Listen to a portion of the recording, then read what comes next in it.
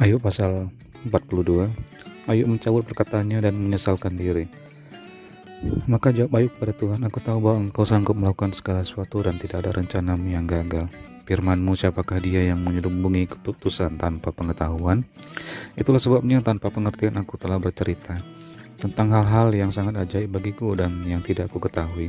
Firman-Mu dengarlah, maka akulah yang akan berfirman. Aku akan menanya Engkau supaya Engkau memberitahu aku. Hanya dari kata orang saja aku mendengar tentang Engkau.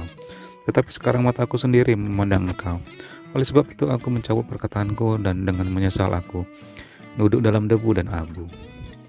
Ayat ke-7.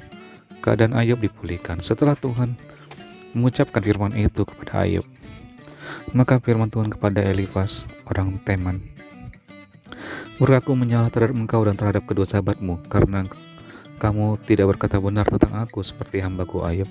Oleh sebab itu ambillah 7 ekor lembu jantan dan 7 ekor domba jantan dan pergilah kepada hambaku Ayub, lalu persembahkanlah semuanya itu sebagai korban bakaran untuk dirimu. Dan baiklah hambaku Ayub meminta doa untuk kamu, karena hanya permintaannya lah yang akan kuterima, supaya aku tidak melakukan aniaya terhadap kamu, sebab kamu tidak berkata benar tentang aku seperti hambaku Ayub." Maka pergi Elifas orang Teman, Bildad orang Suah, dan Zofar orang Naamah, lalu mereka melakukan seperti apa yang firmankan Tuhan kepada mereka, dan Tuhan menerima permintaan Ayub. Lalu Tuhan memulihkan keadaan Ayub setelah ia minta doa untuk sahabat-sahabatnya, dan Tuhan memberikan kepada Ayub 2 kali lipat dari segala kepunyaannya dahulu. Kemudian datanglah kepadanya semua saudaranya, laki-laki dan perempuan, dan semua kenalannya yang lama, dan makan bersama-sama dengan dia di rumahnya. Mereka menyatakan turut berduka cita dan menghibur dia karena segala malapetaka yang telah ditimpakan Tuhan kepadanya, dan mereka masing-masing memberi dia uang 1 kesita dan sebuah cincin emas. Tuhan memberkati Ayub dalam hidupnya yang selanjutnya lebih daripada dalam hidupnya yang dahulu. Ia mendapat 14.000 ekor kambing domba dan 6.000 onta, 1.000 pasang lembu dan 1.000 ekor keledai betina. Ia juga mendapat 7 orang anak laki-laki dan 3 orang anak perempuan, dan anak perempuan yang pertama diberinya nama Yemima, yang kedua Kezia, dan yang ketiga Keren Hapuk.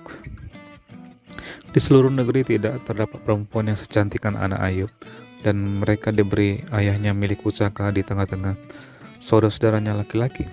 Sesudah itu Ayub masih hidup 140 tahun lamanya. Ia melihat anak-anaknya dan cucu-cucunya sampai keturunan yang keempat. Maka matilah Ayub tua dan lanjut umur. Mazmur pasal yang pertama. Jalan orang benar dan jalan orang fasik. Berbahagialah orang yang tidak berjalan menurut nasihat orang fasik, yang tidak berdiri di jalan orang berdosa, dan yang tidak duduk dalam kumpulan pencemooh. Tetapi yang kesukaannya ialah Taurat Tuhan, dan yang merenungkan Taurat itu siang dan malam. Ia seperti pohon yang ditanam di tepi aliran air, yang menghasilkan buahnya pada musimnya, dan yang tidak layu daunnya. Apa saja yang diperbuatnya berhasil. Bukan demikian orang fasik, mereka seperti sekam yang ditiupkan angin. Sebab itu orang fasik tidak akan tahan dalam penghakiman. Begitu pula orang berdosa dalam kumpulan orang benar.